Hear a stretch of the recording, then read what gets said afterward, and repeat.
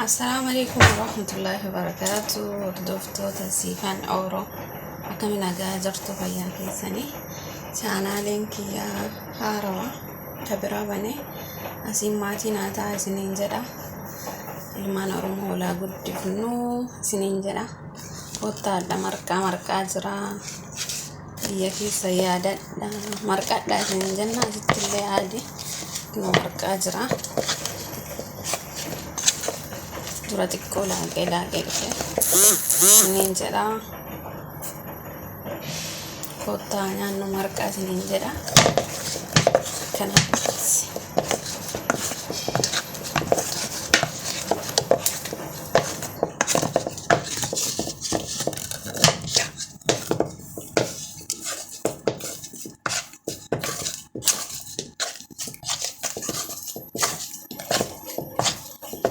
kanan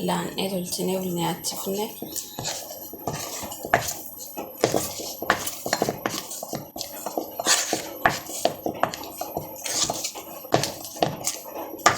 artelle duratti geeffadhe da viidiyoon oraabe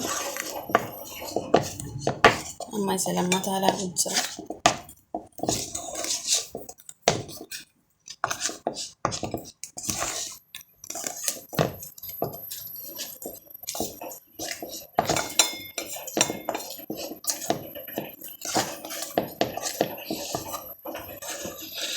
akkanatti sanirra ibiddarra deebifnee xiqqoo yoo inni xiitu deebinee laannaa akkasii wal fudhata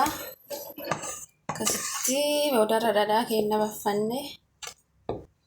waan isaa barbaachisu sirreessinee gara jiru deemnaa jechuudha. Kana fakkaata marqaan.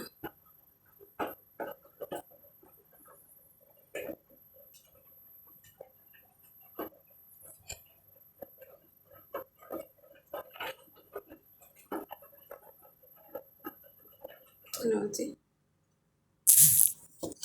ana biddara deeffadha lafa laaqaan ta'e xiqqoo isii affanee ka'ee deebi'ee achirraanii